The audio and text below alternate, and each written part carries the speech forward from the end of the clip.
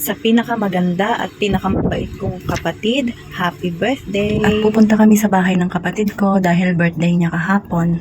Papasok muna sa trabaho at magsisilbi. Ready na yan!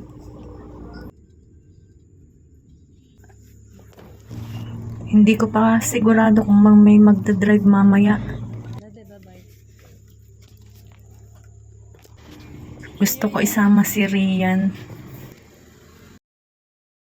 Sa huli, siya pa rin naman ang driver. Presko pa rin ang hangin sa Kaitambog, Indang, Cavite.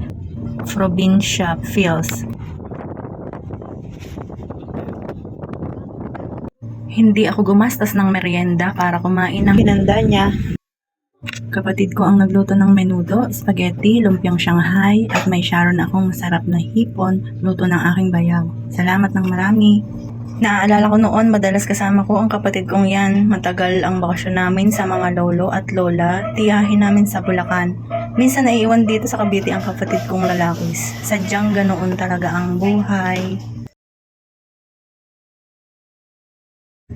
Siya po na bunso kong kapatid. Siya ang tagahawak ng notebook kapag nilalagyan ko ng plastic na pabalat noon.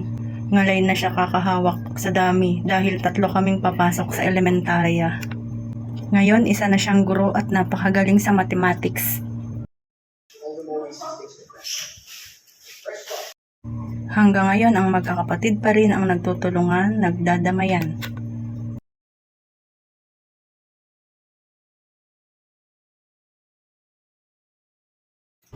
Binigyan niya ako ng wireless microphone.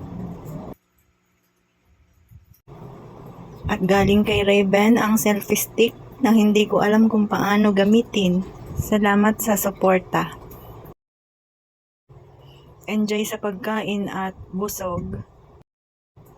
Naubusan ko na ang may bahay. Wala na silang kakainin mamaya.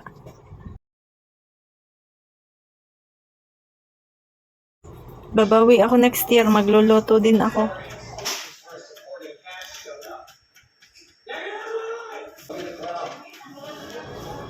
Ang ina ko kaya kumain na ng spaghetti na padala.